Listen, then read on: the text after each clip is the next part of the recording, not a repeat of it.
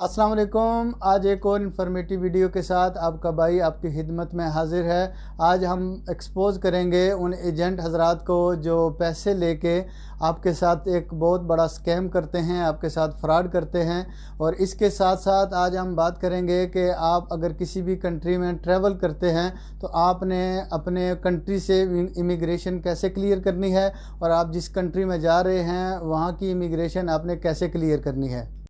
इस वीडियो में डॉक्यूमेंट के हवाले से और वीज़ा अप्लाई करने के हवाले से भी बात होगी, लेकिन वीडियो शुरू करने से पहले आप सबसे रिक्वेस्ट है मेरे चैनल को लाइक करें, सब्सक्राइब करें और बेल के आइकन को ज़रूर प्रेस करें ताकि मेरे आने वाली तमाम नई वीडियो का नोटिफिकेशन आप सबको अपनी मोबाइल स्क्रीन पे मिलता रहे।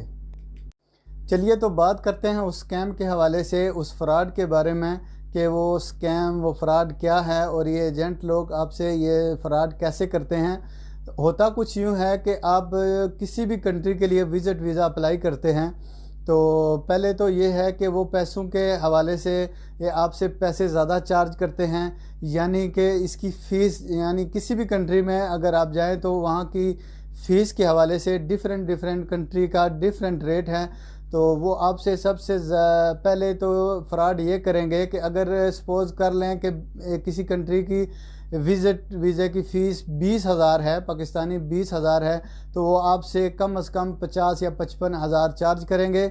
इसके अलावा एक जो सबसे बड़ा स्कैम है, एक सबसे बड़ा फ्रॉड वो ये करते हैं, खुसूसन अगर आपने इंडोनेशिया का विज़िट वीज़ा अप्लाई किया तो आपको ये सिर्फ़ और सिर्फ विज़िट वीज़ा ही देंगे। इंडोनेशिया के विज़िट वीज़े के साथ साथ आपको स्पॉन्सर लेटर की ज़रूरत भी पड़ती है, क्योंकि अगर आपने वहाँ पे जाना है, आपने वहाँ पे ओवर स्टे करना है या आपने वहाँ पे शादी करनी है तो उस हवाले से आपका टाइम पीरियड थोड़ा ज़्यादा लग सकता है। वहाँ पे अगर इंडोनेशिया में जाके आपने 2 महीने से ज़्यादा स्टे करना है तो उसके लिए आपके स्पॉन्सर लेटर का होना बहुत ही ज़रूरी है।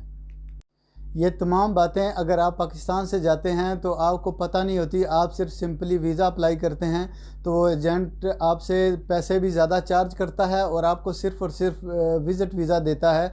आपको अगर इसके बारे में मालूमात नहीं है, कुछ इन्फॉर्मेशन नहीं है, तो आप वो सिर्फ सिंपली वो वीज़ा लेके आप इंडोनेशिया जाते हैं, वहाँ पे इंटर हो जाते हैं।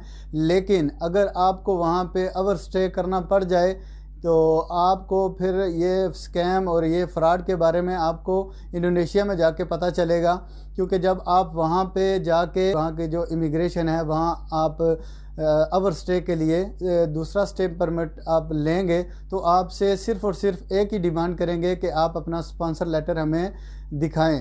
तो आपके पास तो स्पॉन्सर लेटर होगा नहीं, आप करेंगे क्या कि आपने वहाँ से इन एजेंट को कॉल करनी है जिससे आपने वीज़ा अप्लाई किया था।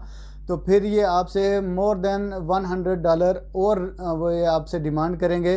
तो $100 आप यकीन करें कि वहाँ पे आपको अगर 2 महीने का और वीज़ा चाहिए तो $100 तो उसकी वहाँ पे फ़ीस नहीं बनती, लेकिन ये एक छोटा सा लेटर टाइप करने के $100 लेंगे।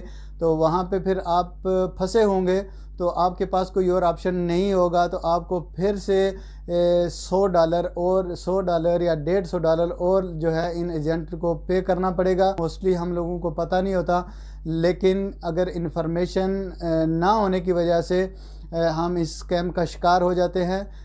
अगर आपको इस बारे में अगर कुछ थोड़ा नॉलेज है या अगर आपको पता नहीं है तो फिर भी आपके लिए बहुत ही ज़रूरी है कि अगर आप किसी भी कंट्री का विज़िट वीज़ा अप्लाई करते हैं, खुसूसन इंडोनेशिया का विज़िट वीज़ा अप्लाई करते हैं, तो आपके लिए इसके साथ स्पॉन्सर लेटर बहुत ही ज़रूरी है। चलिए तो हम बात करते हैं कि हम इस स्कैम से कैसे बच सकते हैं।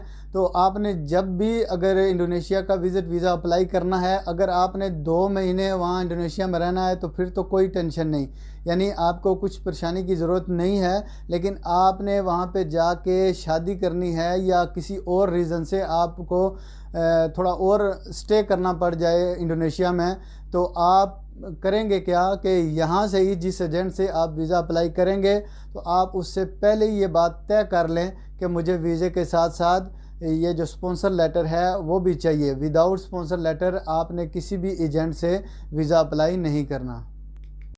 इसके अलावा एक और स्कैम, एक और फ्रॉड जो इन एजेंट की मिली भगत होती है वो ये है कि एज़ अ न्यू विज़िटर हम किसी भी कंट्री में जाते हैं तो हमारे लिए सबसे ज़्यादा मसला है वहाँ की इमिग्रेशन क्लियर करना। तो यहाँ पे भी एजेंट माफिया सरगर्म है, बहुत सारे पैसे लेके बहुत सारे जो हैं आप मामलात समझ सकते हैं। मैं ज़्यादा ब्रीफली जो है मैं आपको यहाँ पे समझा नहीं सकता।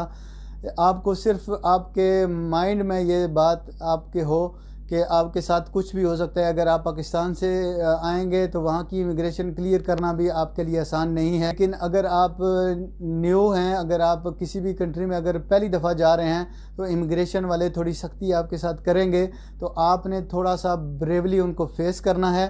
क्योंकि अगर आपके पास डॉक्यूमेंट क्लियर हैं तो फिर तो आपको परेशान होने की ज़रूरत नहीं है, क्योंकि आपके पास सारे डॉक्यूमेंट मौजूद हैं।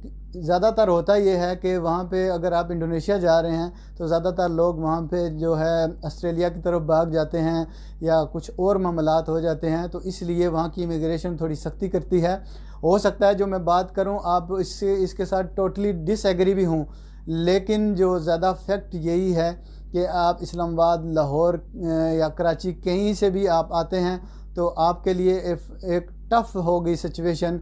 आपने वहाँ से इमिग्रेशन कैसे क्लियर करनी है, क्योंकि ये सारी बातें जो सारी सिचुएशन है वो मैंने ख़ुद फेस की है। रिसेंटली मैंने इंडोनेशिया का विज़िट किया, तो इमिग्रेशन के हवाले से मैंने एक आदमी से कांटेक्ट किया, तो उसने तो एक लंबी चौड़ी दास्तान मुझे सुनाई। $800 एक आदमी को देना है, यानी $1000 इस आदमी को देना है, $500 आपको वहाँ पे देना पड़ेगा, यहाँ आपके इतना, यानी लंबी चौड़ी एक दास्तान थी। लेकिन इन चक्रों में आपने नहीं पड़ना।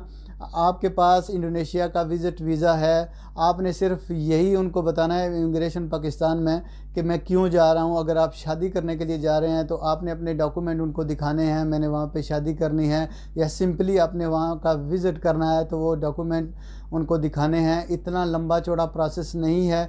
अगर आपने पाकिस्तानी एम्बेसी जो इमिग्रेशन है उसको क्लियर कर लिया तो इंडोनेशिया में आपके साथ इतना लंबे चौड़े वो सवालात नहीं होंगे। वही 2-4 से सवालात हैं रस्मी से कि आप क्यों जा रहे हैं इंडोनेशिया में, आप फ़र्स्ट टाइम जा रहे हैं तो आप क्यों जा रहे हैं, आप कौन कौन सी जगह पे स्टे करेंगे, आपको यानी अगर आपने शादी करनी है तो इस हवाले से भी आपने उसको गाइड करना है। आपके पास होटल की बुकिंग है या आपने वहाँ पे जाना है, आपने स्टे कैसे करना है, ये तमाम सवालात आपने उसको अगर इमिग्रेशन को बिल्कुल यानी ब्रेवली उनको बताए तो इतना मुश्किल नहीं है आपको इमिग्रेशन क्लियर करना।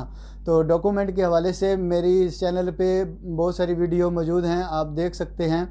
अगर आपने वहाँ पे जाके शादी करनी है तो आपने कौन कौन से डॉक्यूमेंट पाकिस्तान से लेके जाने हैं, कौन से डॉक्यूमेंट जो हैं आपने इंडोनेशिया में जाके बनाने हैं, ये सारी डिटेल मेरे इस चैनल पे मौजूद है। आपसे इजाज़त चाहूँगा, मिलते हैं किसी नेक्स्ट वीडियो में। अपना ख्याल रखिएगा। अल्लाह हाफिज़।